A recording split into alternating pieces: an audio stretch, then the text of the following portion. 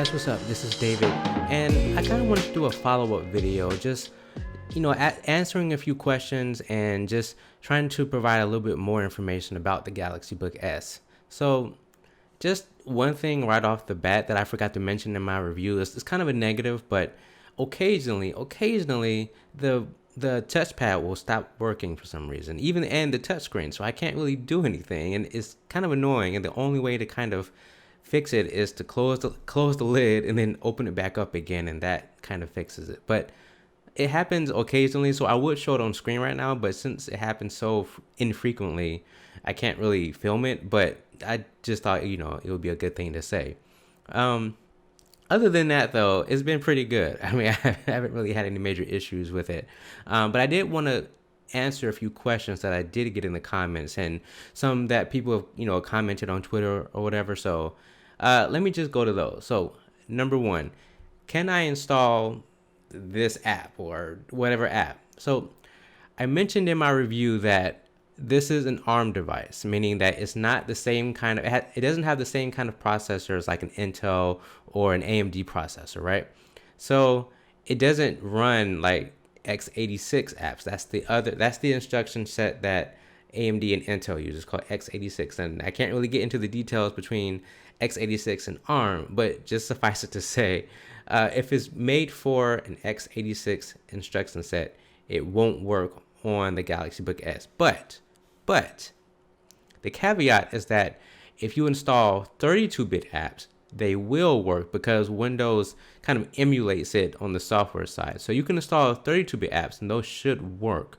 But if there's 64-bit apps, it's not going to work. Another question was, can I use this for coding? And in my review, I said it's not probably a good laptop for coding. That said, if you can find a 32-bit version of an IDE, an integrated development environment like Visual Studio or Eclipse or NetBeans. Do people even use NetBeans anymore? I don't even know. I haven't coded in so long.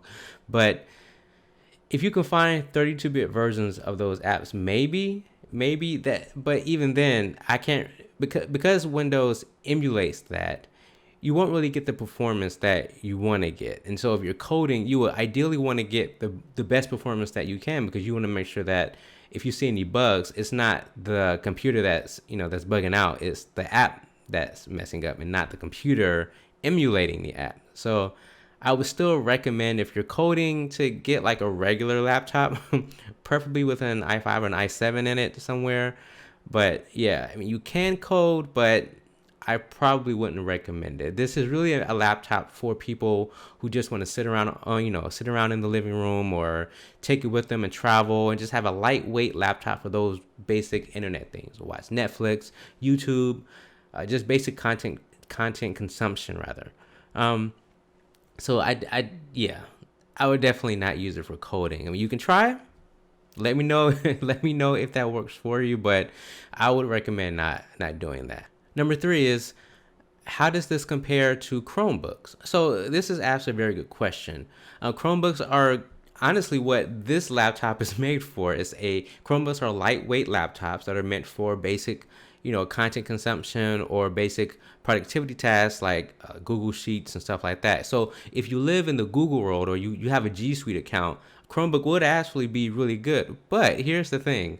Chromebooks are cheaper, so that's probably the main difference, is that Chromebooks are cheaper and they run. Their performance is generally pretty good, and with Chrome OS, you can kind of expect maybe better performance. But that said, while you can, install Chrome apps on there, via the Chrome browser, you can also use the Chrome browser on the Galaxy Book S. Granted, it's the 32-bit version, so the performance might not be as good as on a native Chromebook, but you can install Chrome on a Galaxy Book S if you prefer Windows over Chrome OS. I mean, you can install Android apps on a Chrome OS, on a Chromebook, but Android apps don't necessarily work the greatest on Chromebooks because, number one, tablet apps on Android aren't really the greatest either. And if you try to install one of the phone apps, it'll work, but they're not really optimized for Chrome OS or for a bigger screen. So to me, you might be better off still just getting a Galaxy Book S. But it just depends on how you use your computer. I mean, since Chromebooks are cheaper, maybe they're worth getting. And the Galaxy Book S is about $1,000. So if you don't feel like shelling out $1,000 or paying for it through a payment plan through your service provider, like I have Verizon, so I didn't pay $1,000 for it. I just did the good old payment plan through Verizon, and that's how I did it. But I would say between the two, if you're on a budget, I would definitely recommend getting a Chromebook over the Galaxy Book S. But if you need Windows, if you prefer Windows, then get the Galaxy Book S, or maybe a lightweight Windows computer that's not ARM. But yeah, that's basically the main difference between the Galaxy Book S and Chromebooks. Speaking of which, though, so there's something called progressive web apps, and basically what that is that's a way to install websites as apps on your computer, so that when you open them up, they function more like the apps you would see on your phone or your iPad or a tablet at least. So it's actually pretty simple, and I think you can do this on Chrome as well. But on Edge, it's pretty simple to just install the website as an app, and then you can actually pin that as like an app on your taskbar. And so when you open it up, it opens up like an app. So that's kind of a workaround between getting more apps that are for ARM. I mean, you're technically still using the browser, but it's just displaying it in a way that's more familiar as an app. So that's probably one of the best things you can do. I mean, I did it for Facebook and Twitter and YouTube, actually. You can install a lot of apps as web apps or progressive web apps, but that is kind of a workaround in lieu of actual ARM compiled apps. And that kind of leads me to the last thing is, because there aren't a lot of apps that are optimized for ARM on Windows, some people might find that a little frustrating. In fact, even me, I wanted to install a few apps, but when I downloaded it and tried to install it, it gave me that message, this app isn't compatible with your system. And so it's kind of frustrating when you're trying to use an app and it doesn't work. Like, for example, I wanted to use NVIDIA GeForce Now to kind of test out game streaming on the Galaxy Book S, because I want to make a video about that, about how you can game on the Galaxy Book S, or just in general, if you don't want to build a PC or you don't want to get a console, maybe some of these game streaming websites could work. And so I wanted to test NVIDIA GeForce Now, but unfortunately, NVIDIA doesn't have a 32-bit version of their app.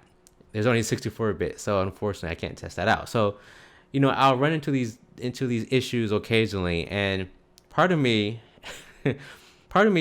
kind of wants to maybe get an iPad or something like that, but we'll see. I just got it this year, and I'm on a 2-year payment plan, so I probably aren't. I'm probably not going to buy anything else for another 2 years.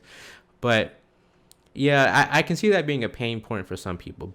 But like I said before, if you mainly live in the browser and you don't really do anything outside of that, I would still recommend getting it. One, because of the LTE capability. I mean, it's great being able to just take it out and not have to worry about Wi-Fi. I mean, I can take it to Starbucks, I can take it to church with me, I can take it anywhere where there's an LTE signal, and it just works. And because it's built on ARM, on Snapdragon 8CX, it opens up automatically. I mean, you open up the laptop and boom, everything is there. You don't have to wait for it to wake up or anything like that. It's just there.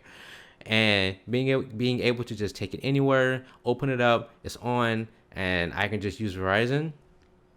It's pretty freeing, especially if you travel a lot. So if you're a business person and you travel a lot, or you use this for school or something, it's definitely a good laptop for traveling. It's almost a perfect laptop for traveling.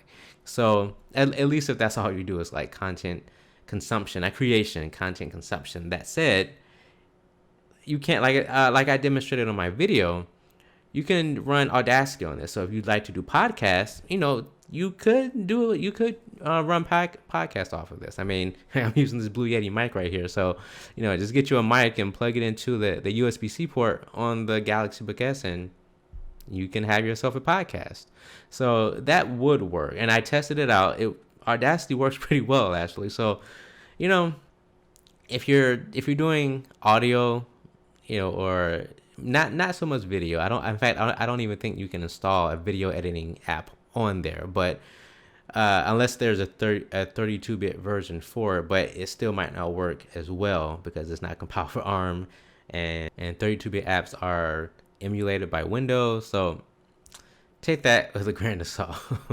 But anyways, I hope this was, refreshing and informative. And, this isn't my normal just processing video where I have, a bunch of, or it's usually scripted. This is totally unscripted. So, but this is, I kind of just wanted to put out a video to kind of explain, additional thoughts on the Galaxy Book S and kind of answer a few questions that I had in the comments. So if you found this informative, please subscribe below and hit the bell icon. I'm going to try to put out as much content as I can, as COVID starts winding down. Well, actually, it's not really winding down, but in my area of the world, in Northern Virginia at least, it's kind of winding down in a way, and so I might have less time to make content, but we'll just see how it goes. I mean, if you want more content, please subscribe to the Black Techies podcast if you like that kind of stuff. I'm thinking about putting this just processing rather as its own podcast, and let me know in the comments if you want that. I thought about switching to like an all audio commentary, so I would be able to make more of these and maybe weekly, and they would be longer. They just wouldn't have any video. So if you're interested in an audio only just processing, let me know. I'm just kind of weighing my options and just seeing what will happen in the future. Haven't made a decision yet, but just let me know if that's something you would want. All right, until next time, don't just think about tech, process it.